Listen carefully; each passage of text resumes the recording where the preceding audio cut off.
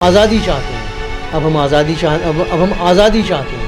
भाई पाकिस्तान जिंदाबाद कहता है, दूसरा भाई हिंदुस्तान जिंदाबाद कहता है। और हमारी चलिए पुलिस ने अगर पिटाई की तो ठीक है, लेकिन पिटाई हमारी उसने भी की जिसने इलेक्शन जीता था। बंदूक का जो जिम्मेदार है ना कश्मीर के अंदर, अगर कोई बंदूक का जिम्मेदार है तो वो फारूक अब्दुल्ला है, वो कांग्रेस है। देख चुके हैं, बहुत कुछ देख चुके हैं। अब हम कुछ नहीं देखना चाहते, अब हम डेवलपमेंट चाहते हैं, अब हम आज़ादी चाहते हैं। मुझे मुकद्दर पाकिस्तान ले गया, फिर पाकिस्तान से मुकद्दर यहाँ लाया, फिर यहाँ से जेल ले गया। अब पता नहीं मुकद्दर फिर मुझे यहाँ से भाजपा में ले जाता है, कहाँ ले जाता है कुछ नहीं पता। अब हम आज़ादी चाहते हैं।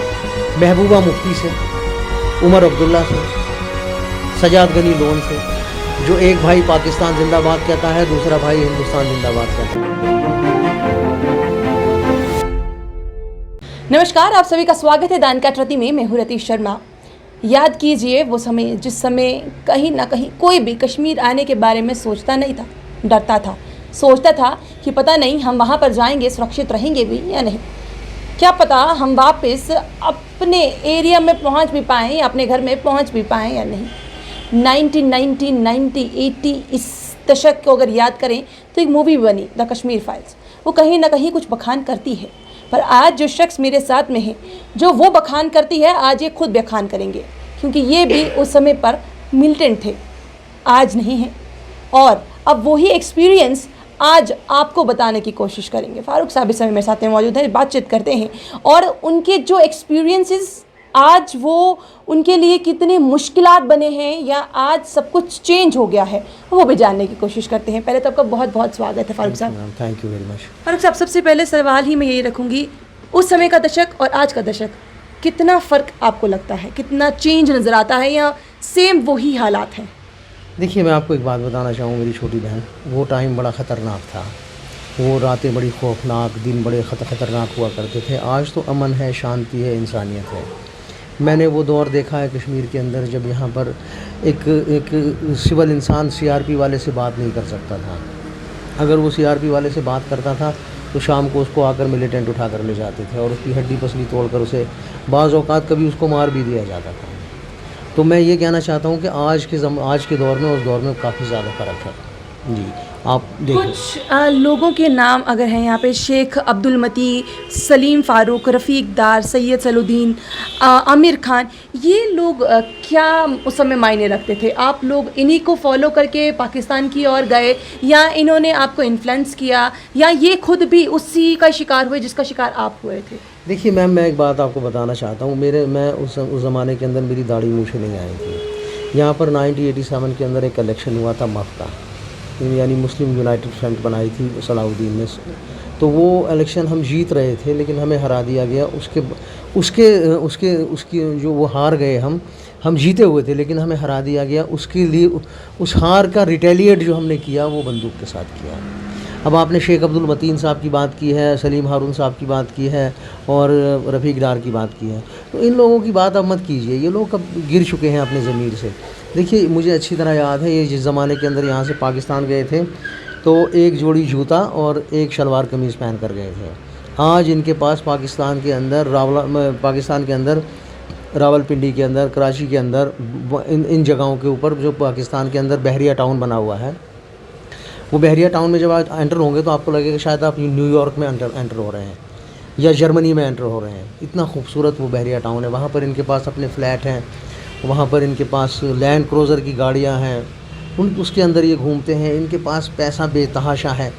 मैं पाकिस्तान, आपकी वसादत से मैं पाकिस्तान एडमिनिस्ट्रेशन से कहना चाहता हूँ कि यार आपने किन को पाला हुआ है, आप इन लोगों को वहाँ से भगाइए, इनको बॉर्डर क्रॉस करके इधर भेजिए। ये यहाँ आएंगे, यहाँ आकर ये जिहाद करेंगे। इन्होंने जिहाद के नाम पर बहुत से बच्चे मरवाए हैं। हमारे कब्रिस्तान भरे हुए हैं, आपने देखा होगा, ईदगाह जाएँ आप, वहाँ देखें, हमारे कब्रिस्तान भरे पड़े हैं। हम ये पाकिस्तान से कहना चाहते हैं कि आप उनको यहाँ वापस भेजिए। उनसे बोलिए बंदूक लेने के लिए आप आए थे, बंदूक ले लो, आप जाओ वहाँ जाकर जिहाद करो। लेकिन ये आएंगे नहीं, क्योंकि इन्हें पता है यहाँ पर इनकी ज़िंदगी 2-4 दिन की होगी। इन्होंने कश्मीरी कौम की जो आज़ादी थी, यानी आज़ादी का मतलब आप ये समझ लेना कि जो 1987 से पहले आज़ादी थी, यहाँ पर रात को 12 बजे तक घूमना, 1 बजे तक घूमना, हम खुद घूमा करते थे। हम रात को 2-2 बजे आते थे पिक्चर देखकर। लेकिन इन्होंने हमारी ज़िंदगी को जहन्नम से बदतर कर दिया। लेकिन अब मैं एक बात समझ नहीं पा रही हूँ, आपने कहा कि 1987 में 12 बजे तक रात को आप घूमते थे। जी हाँ, बिल्कुल। सब कुछ हो रहा था, बिल्कुल। फिर ये आज़ादी आज़ादी ये कश्मीर मांगे आज़ादी, हाँ, ये कश्मीर, वोटिंग्स बिल्कुल, कहाँ से फिर आई उस देखिए समय? देखिए, कुछ गलतियां हमारी भी हैं, कुछ गलतियां इस देश के उन लोगों की है जो उस टाइम कुर्सी के ऊपर बैठे हुए थे। अब मैं आपको खुल के बताना चाहता हूँ, 1987 के अंदर एक इलेक्शन हुआ। सैयद सलाउद्दीन साहब जो थे, उनका नाम मोहम्मद यूसुफ शाह है, वो यहाँ सेंट्रल मार्केट के अंदर नमाज़ पढ़ाते थे, तो हम लोग वहाँ बैठा करते थे जाकर। तो उन्होंने 1987 के अंदर एक ऑर्गेनाइजेशन बनाई, मुस्लिम यूनाइटेड फ्रंट। उसके अंदर उन्होंने पार्टिसिपेट किया इलेक्शन में। इलेक्शन में मैं उनका चीफ़ एजेंट रहा, यासीन मलिक भी उनके चीफ़ एजेंट रहे और हमीद शेख साहब भी उनके चीफ़ एजेंट रहे। 4 चीफ़ एजेंट हुआ करते थे। और उन दिनों जो अमीरा कदल था ना, ये अमीरा कदल कॉन्स्टिट्यूंसी गाँव कदल के पार तक आती थी। तो गाँव कदल पुल के पार जो बिजली का ऑफिस है, इलेक्ट्रिक ऑफिस है, वहाँ पर वो ना पोलिंग बूथ था, मेरी ड्यूटी वहाँ पर थी। तो हमने वो सीट जीती हुई थी सलाउद्दीन साहब की। 3:30 बजे 4 बजे तक हमें ये पता था कि हम ये सीट जीते हुए हैं। 4 बजे के बाद हमें बताया गया कि आप ये सीट हार गए। उसके बाद मैं शाम को घर गया, घर से मुझे उठाया गया। नंदलाल एक SHO साहब हुआ करते थे करालकोट थाने में, उन्होंने मुझे उठा लिया, करालकोट थाने लाया गया। वहाँ मैंने यासीन मलिक को भी देखा, वहाँ मैंने क्या कहते हैं, ये जो बाकी लड़के थे जैसे इशफाक मजीद साहब थे, हमीद साहब थे, सारों को मैंने देखा। तो मैंने बोला भाई क्या बात है? बोला यार हम पता नहीं क्यों उठा के लाए हैं। तो हमें फिर कोठी बाग लाया गया। कोठी बाग में आप यही बात देखिए, हमें इतनी पिटाई की गई हमारी जिसका जवाब नहीं है। और हमारी, चलिए पुलिस ने अगर पिटाई की तो ठीक है, लेकिन पिटाई हमारी उसने भी की जिसने इलेक्शन जीता था। आप देखिए हमारे साथ काफ़ी जुल्म हुआ। वो जुल्म उसके, देखिए बंदूक का जो ज़िम्मेदार है ना कश्मीर के अंदर, अगर कोई बंदूक का ज़िम्मेदार है तो वो फारूक अब्दुल्ला है, वो कांग्रेस है। इन 2 पार्टियों ने कश्मीर के अंदर बंदूक को खड़ा किया। अगर वो इलेक्शन हम जीत गए होते और सलाउद्दीन साहब ने वो इलेक्शन जीत लिया होता तो वो आज पाकिस्तान जिंदाबाद नहीं कर रहे होते, आज मेरी जगह बैठकर भारत माता की जय कर रहे होते। देखिए जो बात है वो बात है। किस तरह से पाकिस्तान चले गए? आपको यहाँ पे मार पिटाई हुई? जी हाँ, सब कुछ उसके बाद हुआ। देखिए तब यासीन मलिक भी एक टेररिस्ट थे? यासीन मलिक भी मेरे साथ जेल गए, हम लोग 6 महीने पहले थे वो टेररिस्ट? जी हाँ, जी हाँ। उससे पहले भी टेररिस्ट वो टेररिस्ट नहीं थे, हम तब तक टेररिस्ट एक भी नहीं था हम में से। हम उसके बाद टेररिस्ट बने, हम उसके बाद मिलिटेंट बने। एक्चुअली जब हमको उठाया गया वहाँ से तो 4-4 महीने 5-5 महीने के लिए जेल भेज दिया गया हमें। हमारे घर वालों ने बोला यार तुमने तो हमारा नाम बदनाम कर दिया। देखिए मेरा कैरियर ख़त्म हो गया, मैं उस टाइम 12th में पढ़ता था। अच्छा, मतलब 12वीं कक्षा के हाँ, छात्र थे। 12th में पढ़ता था, मेरा कैरियर ख़त्म हो गया। जब मैं जेल गया मेरा कैरियर ख़त्म हो गया। इसके लिए फ़ारूक अब्दुल्ला साहब जिम्मेदार हैं, इसके लिए वो लोग ज़िम्मेदार हैं जो उस टाइम सेंट्रल गवर्नमेंट के अंदर बैठे हुए थे। देखिए आप लोग मुझसे एक ही सवाल पूछते हैं, आपने बंदूक क्यों उठाई? यासीन मलिक ने बंदूक क्यों उठाई? ठीक, मैं यासीन मलिक को डिफ़ाइन नहीं कर रहा हूँ, ना मैं अपने आप को डिफ़ाइन कर रहा हूँ। मेरे लम्हों ने ख़ता की है, मेरी सदियों को सज़ा मिल रही है। वो टाइम ही एक ऐसा था कि इतनी पिटाई हुई थी हमारी कि हमारे अंदर एक वो ना जुनून सा भरा हुआ था कि हम कैसे बदला लें। लेकिन जब मैं पाकिस्तान से वापस आया यहाँ आने के बाद 1991 के अंदर एक किडनैपिंग होती है मुशीरुल हक साहब की, जो वाइस चांसलर थे यहाँ के, और एक अब्दुल गनी साहब थे उनके सेक्रेटरी साहब। तो जब 5 लोगों की डिमांड होती है उसके अंदर, लेकिन डिमांड पूरी नहीं होती है, तो मुशीरुल हक साहब को मार दिया जाता है। ये देखकर मुझे बड़ा धक्का लगता है कि अगर आज़ादी की लड़ाई हमारी है तो मुशीरुल हक साहब को क्यों कत्ल किया गया। उस वजह से मेरे दिल को बड़ा धक्का लगा और मैंने मिलिटेंसी से किनारा कशी कर ली। 7 सितंबर 1991 के अंदर मैं अरेस्ट हुआ। उसके बाद मैं जेल गया। जब मैं जेल गया तो मुझे लगा कि मैं पागल खाने में आ गया हूँ। वहाँ 2000 लड़के थे, जो बार के खुली हुई थी, रात को शोर मचता था। KLF हिजबुल मुजाहिदीन से लड़ रही थी, हिजबुल मुजाहिदीन अल उमर से लड़ रहा था, अल उमर अल जिहाद से लड़ रहा था। मैं क्या बताऊं आपको, एक ऐसा था जैसे मैं पागल खाने में आ गया हूँ। एक दूसरे से लोग लड़ रहे थे, एक दूसरे को फाड़ खा रहे थे, और ऊपर से जो हमारे कमांडर हजरात थे वो छोटे छोटे मिलिटेंट से, जैसे कोई बेस कमांडर है, कोई छोटा कमांडर है, तो उससे अपने कपड़े धुलवा रहे थे। ये चीज़ें देखकर मुझे बड़ा धक्का लगा। फिर हम 2 लोग मिले, एक और दोस्त थे मेरे, वो दुनिया से चले गए, अल्लाह उन्हें जन्नत नसीब करे, हनीफ हैदरी साहब। हमने ये सोचा कि हम अब जाकर सब कुछ छोड़ के अब हम पढ़ने के पीछे लगेंगे। फिर हमने कुरान उठाया और कुरान को हमने पढ़ना शुरू किया। जब कुरान को हमने पढ़ना शुरू किया तो एक जगह में पहुंचा, अल्लाह तबारक व तआला कुरान में फरमाते हैं, जिस इंसान ने किसी इंसान को बेगुनाह कत्ल किया उसने पूरी आलम इंसानियत को कत्ल किया। जिस इंसान ने किसी इंसान की जान बचाई उसने आलम इंसानियत की जान बचाई। वहाँ हिंदू मुस्लिम सिख ईसाई की बात ही नहीं हो रही है, वहाँ इंसानियत की बात हो रही है। जब मैंने ये पढ़ा तो मैंने बोला नहीं यार, दिस इज़ नॉट जिहाद, दिस इज़ फसाद। और वो फसाद था जिस फसाद की सज़ा आज भी हम काट रहे हैं। मैं एक बार समझना चाहूँगी, आपने कहा कि आपको मिलिटेंट, आप अभी मिलिटेंट नहीं थे, अभी आपको जेल में डाला गया, मारा गया, पीटा गया, जो भी किया गया।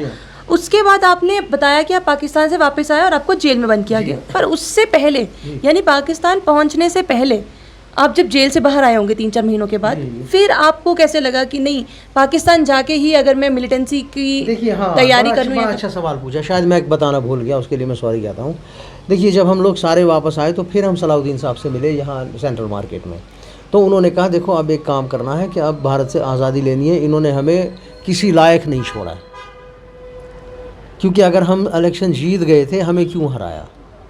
उन्होंने हमारी आधी सी रियासत खा रखी है, इन्होंने हमारी आधी रियासत खा रखी है, आधी चाइना ने खा रखी है।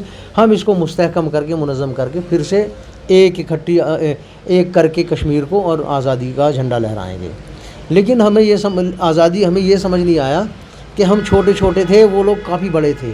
वो लोग अपने आप को इंटरनेशनल हीरो बनाने के लिए हम जैसे छोटे बच्चों का या बेवकूफ़ों का इस्तेमाल कर रहे थे, और उन्होंने इस्तेमाल किया मुझ जैसे इंसान को इस्तेमाल करके वो इंटरनेशनल हीरो बन गए। बच्चे आपको लगता है कि उस समय गए होंगे जो यहाँ से वहाँ गए होंगे, जिस तरह से आपने कहा वापस उनके कपड़े धोए होंगे या इस तरह का काम किया होगा, सिर्फ यही करने गए होंगे? देखिए मैम, क्या बताऊँ मैं आपसे, आह करता हूँ तो रकीबों को खबर होती है, ज़ब्त करता हूँ तो सीने में जिगर जलता है। अगर मैं कहूँ आपसे तो मेरे दुश्मनों को खबर लगती है और वो खुश हो जाते हैं कि देखो यार ये दरबदर है। अगर ज़ब्त करता हूँ, मैं नहीं बताता हूँ आपको, तो मेरे सीने में मेरा जिगर जलता है। मैं कैसे बताऊँ, ये यहाँ एक खिड़की होनी चाहिए थी, मैं आपको खोल के दिखाता। हमने कितनी मुसीबतें देखी है, हमने कितने सफ़र देखे हैं, हमने कितनी इंटरोगेशन देखी है। आप यकीन माने मुझे 3 साल तक ये पता नहीं था कि आप मेरी छोटी बहन है, मैं आपसे सामने ऐसी बात कह रहा हूँ, मुझे 3 साल तक ये पता नहीं था मैं मर्द हूँ या औरत हूँ। मेरे प्राइवेट पार्ट्स के ऊपर पावर शॉक लगा लगा के मुझे बिल्कुल ही ख़त्म कर दिया गया था। अब जाके मैं ज़रा सुधर रहा हूँ, अल्लाह का शुक्र है। रही बात, मैं आज मोदी जी से एक बात कहना चाहता हूँ आपकी वसातत से, कि मैं J&K ह्यूमन वेलफेयर एसोसिएशन चलाता हूँ, और मोदी जी आप मुझे भी जानते हैं अच्छी तरह। एक दफ़ा आप देखिए, आप भाजपा के प्रधानमंत्री नहीं हैं, आप पूरे देश के प्रधानमंत्री हैं, और मैं भाजपा को रिप्रेजेंट नहीं कर रहा हूँ, मैं रिप्रेजेंट कर रहा हूँ उन दुखज़दा लोगों को, उन दुखी लोगों को जो 10-10 साल 15-15 साल जेल काट कर आए हैं। उन लोगों को, उनके पास आज उनको पासपोर्ट नहीं मिलता, उनकी वेरिफिकेशन क्लियर नहीं होती। मैं J&K ह्यूमन वेलफेयर एसोसिएशन चलाता हूँ, मेरे मेंबर हैं 938 मेरे मेंबर हैं, और वो सारे रिलीज़ मिलिटेंट हैं। तो आप प्लीज़ कुछ ऐसा कीजिए। आपने बहुत अच्छे काम किए हैं कश्मीर के अंदर, 370 को आपने हटाया है, 35A को आपने ख़त्म किया है, बहुत अच्छे काम किए हैं आपने कश्मीर के अंदर अमन और शांति लाई है। आप एक काम और करें, मैं आपकी वसातत से कहना चाहता हूँ, प्लीज़ मैं आपसे हाथ जोड़ कर कहता हूँ प्रधानमंत्री जी, आप हमारी रिलीज़ मिलिटेंट्स की रिहेबिलिटेशन के ऊपर काम कीजिए। आप हमें पासपोर्ट दीजिए, आप हमारी वेरिफिकेशन क्लियर कराइए, आप हमारे बच्चों को एजुकेशन के लिए मोटिवेट कीजिए, हमारी ऑर्गेनाइजेशन को सपोर्ट कीजिए। आने वाला समय देखिए, रहना हमें भारत के साथ ही है, ना भारत उस कश्मीर को खा सकता है, ना पाकिस्तान इस कश्मीर को खा सकता है, क्योंकि दोनों ही सुपर पावर हैं, दोनों ही ताकत एटॉमिक पावर हैं। अगर अल्लाह ना करे जंग होती है तो बहुत ज़्यादा ख़राबी होगी, और हम नहीं चाहते कि जंग हो। J&K ह्यूमन वेलफेयर एसोसिएशन के सदर होने की हैसियत से मैं भारत और पाकिस्तान के बीच में जो अमन की बात है, शांति की बात है, उस पर पुल बनाना चाहता हूँ। रिहेबिलिटेशन के क्वेश्चन पे आने से पहले एक सवाल मैं पूछना चाहूँगी। आज तक हर जगह पर ये चीज़ होती है, ये जी लव जिहाद करते हैं, ये वाला जिहाद करते हैं, वो वाला जिहाद करते हैं। जिहाद आखिरकार है क्या? क्योंकि इसी पर ही ये पूरा 1980 1990 कश्मीरियों का यहाँ से, कश्मीरी पंडितों को यहाँ से भगाना, सब इसी पे हुआ, जिहाद पर। ये जिहाद क्या है? देखिए मेरी बहन, अल्लाह तबारक व तआला कुरान में फरमाते हैं, तुमिनूना बिल्लाहि व तुजाहिदूना फी सबीलिल्लाहि बिअमवालिकुम व अनफुसिकुम ज़ालिकुम खैरुल लकुम इन कुंतुम तालमून। अल्लाह कुरान में फरमाता है, ए ईमान वालों, जिहाद करो अल्लाह की राह में, अपने माल से, अपनी जान से, अगर आप जानने वाले हो। जिहाद का मतलब क्या ये होता है कि मैं आपको मार के जन्नत में जाऊंगा? कोई किसी को मार के जन्नत में जा सकता है? नहीं, आजकल मैं वहीं आ रहा हूँ। उसमें भी मूवीज में भी दिखाते हैं कि जन्नत में उसको किसी भी बंदे को मारो आपको सुंदरियां मिलेंगी, पता नहीं क्या क्या। ऐसा सच में है? ऐसा सच में सुनाया जाता है? Let me complete. मुझे आप एक बात बताएं, आप पढ़ी लिखी है माशाल्लाह, आप मुझे खुदा के वास्ते एक बात बताएं, ऊपर वाले ने सबको इंसान बनाकर भेजा है, क्या मैं इनको मार कर जन्नत में जा सकता हूँ? क्या आप मुझे मार के स्वर्ग में जा सकती हैं? नहीं जा सकते। जिहाद में और क़िताल फ़ी सबीलिल्लाह में 17 दर्जों का फ़र्क है, 13 दर्जों का फ़र्क है। जिहाद वो भी है कि अगर आप अपने माँ बाप के लिए रोटी कमा रही हैं तो आप जिहाद कर रही हैं। अगर कोई अपने बच्चों के लिए रोटी कमा रहा है वो भी जिहाद कर रहा है। अगर सड़क पर एक कुत्ता मर रहा है, आपने उसको पानी पिला दिया तो वो भी जिहाद है। लेकिन जिहाद की डेफिनेशन हमारे लोगों ने कुछ गलत कर दी। देखिए, कोई किसी को मारकर स्वर्ग में नहीं जा सकता, जन्नत में नहीं जा सकता। हाँ, किसी को बचाकर आप जन्नत में जा सकते हो, किसी को पानी पिलाकर आप जन्नत में जा सकते हो, क्योंकि हमको अल्लाह ने भेजा है तामरून बिल मारूफ व तनहौना अनिल मुनकर के लिए। मैं हर इंटरव्यू में ये बात बोलता हूँ कि अल्लाह ने हमको भेजा है, भगवान ने हमको भेजा है नेकी का हुक्म देने के लिए और बुराई से रोकने के लिए। लेकिन हम क्या करते हैं, उलाइक अल्लज़ी नश्तरऊ ज़लालत बिल हुदा वल अज़ाब बिल मग़फ़िरा, हम हिदायत का सौदा ज़लालत से करते हैं, हम पुण्य बेचकर पाप खरीदते हैं।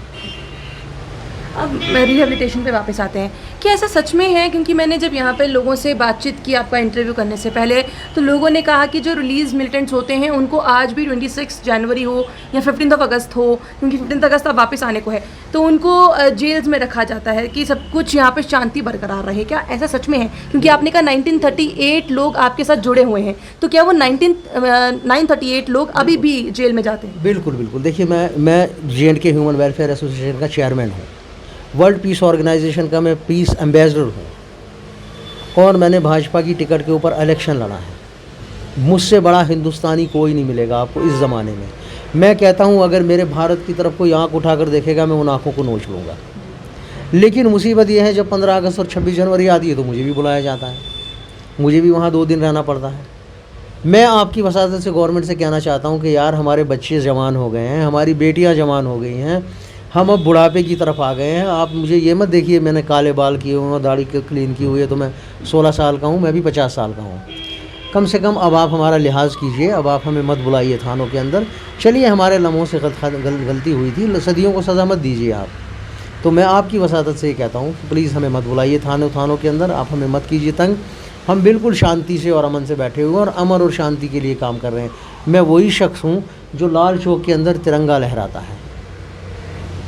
मैं वही शख्स हूँ कि एक CRP वाला, एक कश्मीर पुलिस वाला जब मरता है तो मैं वहाँ खड़े होकर प्रोटेस्ट करता हूँ। मैं वही सैफुल्लाह मिलिटेंट रहा हूँ, मैं वही सैफुल्लाह हूँ जो साबिका जंगजू है, जो एक इनोसेंट किलिंग अगर किसी बाहर वाले की होती है, किसी बिहारी की होती है, किसी चने वाले की होती है, तो मैं खड़े होकर प्रोटेस्ट करता हूँ। मेरे लिए मिलिटेंट ऑर्गेनाइजेशन ने हिट ऑर्डर निकाला हुआ है, इतना बड़ा हिट ऑर्डर निकाला हुआ है कि हम आपको मार देंगे। लेकिन मैं उनसे डरता ही नहीं। मेरा ईमान ऊपर वाले के ऊपर है। जब मेरी मौत आई होगी तभी मैं मरूंगा, उससे पहले मुझे कोई नहीं मार सकता। बाकी मैं आपकी वसादत से पाकिस्तान से भी ये कहना चाहता हूँ कि यार प्लीज़ आप अपने मसले देखिए, आप प्लीज़ हमें मत छेड़िए। हम कश्मीर में ठीक हैं, भारत के साथ ठीक हैं। अगर आप ज़्यादा नाटक करेंगे तो फिर आपको POK और गिलगित बल्तिस्तान भी छोड़ना पड़ेगा। तो मेहरबानी करके आप प्लीज़ हमें मत छेड़िए। We are happy with India. अभी की मिलिटेंसी और उस समय की मिलिटेंसी, क्योंकि उस समय की मिलिटेंसी आपने देखी है, अभी की भी आप देख रही हैं, दोनों में डिफरेंस क्या है? हाँ, देखिए, जिस टाइम मैं मिलिटेंट था ना, उस टाइम अगर इंटरनेट होता ना यहाँ पर, तो शायद मैं आपको पता नहीं तोप लेकर नज़र आता है इंटरनेट के ऊपर। जो आज की मिलिटेंसी है ना, इनके पास खाली 2 मैगज़ीन, 1 राइफ़ल है। मैं इनसे कहना चाहता हूँ आपकी वसादत से, यार सोचो यार, खुदा के वास्ते सोचो यार। 2 मैगज़ीन, 60 गोलियाँ, 2 ग्रेनेड, 1 कलेशनकोव, आप सुपर पावर इंडिया को नहीं हरा सकते हो। आप किसी के घर में जाकर बैठते हो, आपकी मुखबिरी होती है, वो लोग आते हैं, आपका जो 2 मैगज़ीन है वो 15 मिनट में, 1 घंटे में ख़त्म हो जाता है। उसके बाद वो RL गोला लगाते हैं, आपका खेल ख़त्म, आप शहीदों में। फिर जो आपके घर वाले सख्तियाँ और तकलीफ़ें उठाते हैं ना, वो वही जानते हैं। अगर आप जेल जाते हैं, कश्मीर का एक रिवाज बड़ा अच्छा मैं आपको बताना, थोड़ा लंबा हो रहा है इंटरव्यू। जी कोई नहीं। कश्मीर का एक मैं रिवाज आपको बताना चाहता हूँ कि अगर आप पकड़े जाते हैं, अगर मैं मिलिटेंट हूँ, मैं पकड़ा जाता हूँ, जेल जाता हूँ, तो लोग मुझे कहते हैं ओ ये मुखबिर है, इसने सरेंडर किया, ये मुखबिर है। मुखबिर समझते हैं ना आप? मुखबिर मतलब इन्फॉर्मर है गवर्नमेंट का। अगर मैं मारा जाता हूँ तो मैं शहीद हूँ, मेरे जनाजे के अंदर 10 लाख लोग होंगे, मेरी डेड बॉडी होगी उसको कब्र तक पहुँचाने के लिए 10,000 लोग होंगे, 10 लाख लोग भी होंगे। लेकिन जो मर गया वो मिलिटेंट मुजाहिद, जो बच गया वो मुखबिर, वो आईबी एजेंट, वो रॉ एजेंट, तमाम एजेंट होता है वो। आप समझ रहे हैं ना? तो मैं आपकी वसातत से उन लोगों से, पार वालों से भी ये कहना चाहता हूँ, जितने भी मेरे छोटे भाई लॉन्चिंग पैड के ऊपर बैठे हुए हैं, राइफ़ल लेकर चकोटी बॉर्डर पर, उड़ी बॉर्डर पर, किसी भी बॉर्डर पर, पार वाले बॉर्डर पर जो बैठे हुए हैं, वो चाह रहे हैं कि हम इंडिया का बॉर्डर क्रॉस करके कश्मीर में आए और यहाँ पर हालात ख़राब करें। तो मैं उनसे हाथ जोड़कर अपील करता हूँ, मेरे छोटे भाई हैं आप, प्लीज़ आप लोग अपने घर जाएं, आप लोग अपने माँ बाप की सेवा करें, वहाँ पर आपको जन्नत मिलेगी, उनके पैरों के नीचे जन्नत है। आप वहाँ से यहाँ आएंगे, यहाँ किसी बेगुनाह बिहार के पकोड़ा बेचने वाले या राजस्थान से आए हुए बैंक मैनेजर को कत्ल करेंगे तो आप जन्नत में नहीं जाएंगे। आप लिख कर ले लीजिए, आप जन्नत में नहीं जाएंगे। यासीन मलिक के बारे में अगर बातचीत करें, क्योंकि इस समय तिहाड़ जेल में है, अब तो ये बैठ गए हैं कि भैया हम तो खाना नहीं खाएंगे, हम ये नहीं करेंगे। मत खाओ भाई, मत खाओ। किसने बोला खाओ? हमने बोला खाओ? हम तो नहीं बोल रहे हैं आपसे खाना खाओ, मत खाओ। देखिए, जब चिराग बुझने वाला होता है ना, जब चिराग के अंदर तेल ख़त्म हो जाता है तो वो बहुत फड़फड़ाता है, तो वो फड़फड़ा रहे हैं इस टाइम, वो फड़फड़ा रहे हैं। उनसे मैं एक बात कहना चाहता हूँ, आज आपके ऊपर पड़ रही है तो आज आपको याद आ रही है भूख हड़ताल।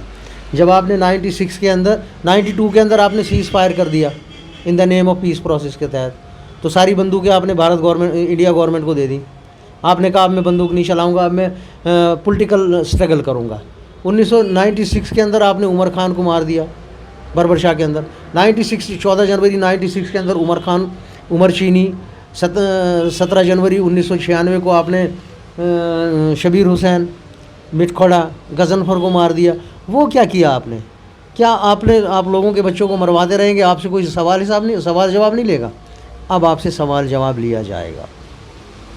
आपने इलेक्शंस में भी पार्टिसिपेट किया है, पहले भी आपने जिस तरह से कहा कि आप बीजेपी के मैंडेट पे लड़े थे, क्या इस बार दोबारा से बीजेपी के मैंडेट पे, क्योंकि नवंबर का महीना कह रहे हैं कि भैया इलेक्शंस हो सकते हैं? देखिए, इलेक्शन में अल्लाह ने चाहा तो लड़ूंगा ज़रूर, लेकिन ये नहीं मुझे पता है कि मैं कहाँ से लड़ूंगा। बीजेपी से तो नहीं लड़ूंगा मैं। बीजेपी की रणनीतियाँ पसंद नहीं आ रही हैं? देखिए, देखते हैं क्या होता है आने वाले टाइम के अंदर। देखिए, सारा कुछ मुकद्दर के खेल है। मुझे मुकद्दर पाकिस्तान ले गया, फिर पाकिस्तान से मुकद्दर यहाँ लाया, फिर यहाँ से जेल ले गया। अब पता नहीं मुकद्दर फिर मुझे यहाँ से भाजपा में ले जाता है, कहाँ ले जाता है कुछ नहीं पता। वैसे जहाँ तक मेरा अपना ख्याल है, मैं इंडिपेंडेंट इलेक्शन लड़ूंगा और आने वाले टाइम के अंदर अपने इलाके के लिए बहुत कुछ करूँगा इंशाल्लाह, अगर मैं जीत कर आता हूँ तो। एक आखिरी सवाल, क्योंकि अभी थोड़े दिन पहले यहाँ पे बीजेपी ने एक रैली निकाली जी, जिस रैली के तहत उन्होंने कहा कि भैया देखिए वो चीज़ हमने करके दिखाई जो कभी यासीन मलिक पाकिस्तान का झंडा लगा के करता था, आज हमने किया। हुर्रियत का गढ़ माना जाता था उस चीज़ को। आज हुर्रियत को आप कहाँ देखते हैं? क्योंकि आपने हुर्रियत का बहुत कुछ देखा होगा, आज कहाँ देखते हैं? देखिए, हुर्रियत तो ख़त्म हो गई। मैं हिंदुस्तान गवर्नमेंट से फिर एक बार कहना चाहता हूँ कि अगर आपको कश्मीर के अंदर अमन लाना है तो हुर्रियत को डिस्ट्रॉय कीजिए, हुर्रियत को कुचल दीजिए। मतलब अभी कहीं है, कहीं है? हाँ, अभी बहुत से ऐसे लोग हैं जो बाहर हैं। इन सब को कुचल दीजिए आप। अगर आप कश्मीर के अंदर अमन शांति लाना चाहते हैं, आप इसको कुचल दीजिए। जब तक आप हुर्रियत की वजह से ही, हाँ, हुर्रियत की वजह से सारा, बिल्कुल सारा हुर्रियत की वजह से है। हुर्रियत ने, देखिए, हुर्रियत ने पाकिस्तान से पैसा ले लेकर खाया। आज भी मेरे नाम पर वहाँ से पैसा आता है, उन लोगों के नाम पर पैसा आता है जो लोग कब्रों के अंदर सो रहे हैं। और अब मैं आपसे दिल की बात कहूँगा, अजानें हो रही हैं, झूठ नहीं बोलूँगा। मैं उन बहनों के आंसू पोंछना चाहता हूँ जिनके भाई कब्रों में सो रहे हैं। मैं उन माओं के सर पर हाथ रखना चाहता हूँ जिनके बेटे कब्रों में सो रहे हैं। मैं उन बापों की लाठी बनना चाहता हूँ जिनके बेटे कब्रों में सो रहे हैं या जेलों में बंद हैं। आप यकीन कीजिए, हम बहुत कुछ देख चुके हैं, अब हम कुछ नहीं देखना चाहते। अब हम डेवलपमेंट चाहते हैं, अब हम आज़ादी चाहते हैं। महबूबा मुफ्ती से, उमर अब्दुल्ला से, सजाद गनी लोन से, जो एक भाई पाकिस्तान जिंदाबाद कहता है, दूसरा भाई हिंदुस्तान जिंदाबाद कहता है, बहन दिल्ली के अंदर बैठी हुई है, डिबेट करती है। ऐसे लोगों से हम आज़ादी चाहते हैं। मैं भाजपा को कभी भी रिप्रेजेंट नहीं करूँगा, क्यों, मैं भाजपा का हूँ ही नहीं। लेकिन हाँ, मोदी जी मेरे लिए इस इतने बड़े मुल्क के वज़ीर आज़म हैं, पूरे भारत के वज़ीर आज़म हैं। मैं उनसे ये कहना चाहता हूँ, वज़ीर आज़म साहब प्लीज़ कश्मीर को डेवलपमेंट की ओर लाइए। बहुत बहुत शुक्रिया हमारे साथ जुड़ने के लिए। तो ये अपने एक्सपीरियंसेस बता रहे थे कि हमारे साथ क्या हुआ क्या नहीं हुआ। और सबसे बड़ी बात ये, जिस तरह से जिहाद को लेकर हमेशा ही एक आवाज़ उठाई जाती है कि लव जिहाद हो रहा है, शादी पर जिहाद हो रहा है, इस पर जिहाद हो रहा है, उस पर जिहाद हो रहा है, जिहाद का असली मतलब क्या है, ये क्लैरिटी देने की कोशिश की। इसके अलावा उस समय के एक्सपीरियंसेस क्या थे और आज की समय की जो मिलिटेंसी है वो क्या है, इन दोनों में ही बहुत ज़मीनी आसमान का अंतर है, जिस तरह से आप अब समझ ही चुके होंगे। बट आपको क्या लगता है, अपनी राय कमेंट बॉक्स में ज़रूर रखिएगा। बने रहिए द अनकट वती के साथ। नमस्कार।